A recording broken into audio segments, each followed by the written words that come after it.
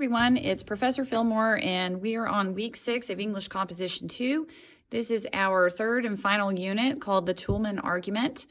I will admit, as of the time I'm recording this, which is November 23rd, 2020, this is the first time I've taught Comp 2 in the form of the new redesign. I've taught Comp 2 for OCCC since 2005. We've always had some form of Rogerian argument. We have always done a classical in Comp 1. So I will admit this is the first time I've taught a Toulmin argument.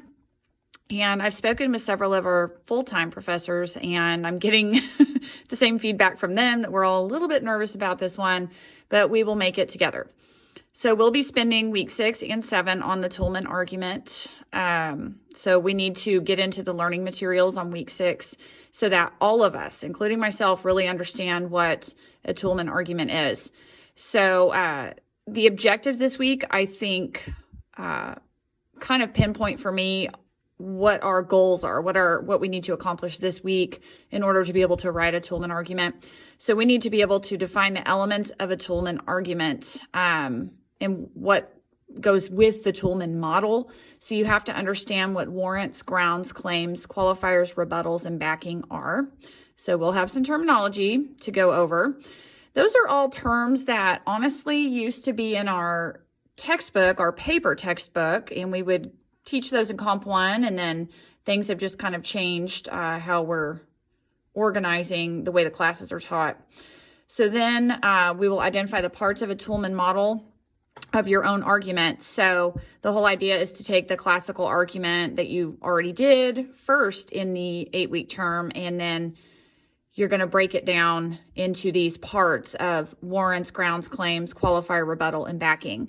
So I almost feel like what you're doing with the Toulmin argument is you're not really necessarily writing anything new. You would take your existing classical essay, the first one you did in here, and now you're going to rearrange it and break down the parts of it in terms of these things here: warrants, grounds, claims, qualifier, rebuttal, and backing. So the good news is I don't think you really need to do a lot of new stuff. Now, you may need to change out some of the sources on your annotated bibliography.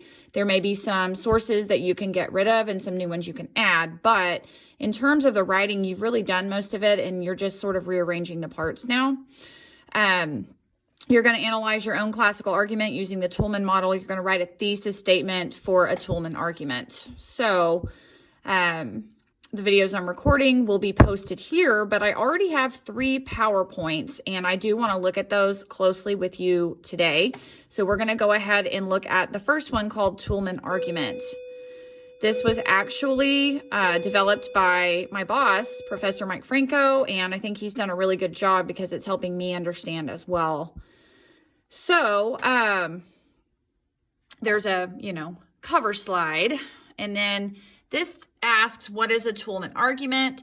So just like Rogerian argument is named for the psychologist Carl Rogers, this is a British philosopher, Stephen Toulmin, and it provides a framework for making and analyzing arguments. So the framework consists of 6 parts, each of which you use every day when you make or encounter arguments. The 6 parts are listed here.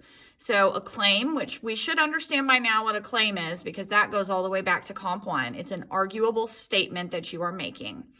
And then qualifiers, you may not understand what that is yet, but we're going to learn. 3 says reason/evidence. We should know what that is because since our second essay of Comp 2, you've had to provide evidence for claims that you're making. Warrants and backing, rebuttal response, you may not be as familiar with. I do know that some of you know what rebuttal is because when we were working on the classical argument, I generally refer to I call it refuting. When we are to contradict an opposing viewpoint, it's really referred to as a refutation, but in the art of debate, it's called a rebuttal. So we should be somewhat familiar with how to respond to arguments in the form of a counter argument. So 6 shouldn't be really all that new. It's just termed as a rebuttal/response instead of a refutation, which is what it's more likely to be called in classical. So really, you're just taking an existing topic you've already worked with, and you are going to complete these 6 steps. On the third slide, Toulmin argument, the claim. So because the length of my video has already reached 5 minutes, I'm going to stop this one and we'll start the second video right here.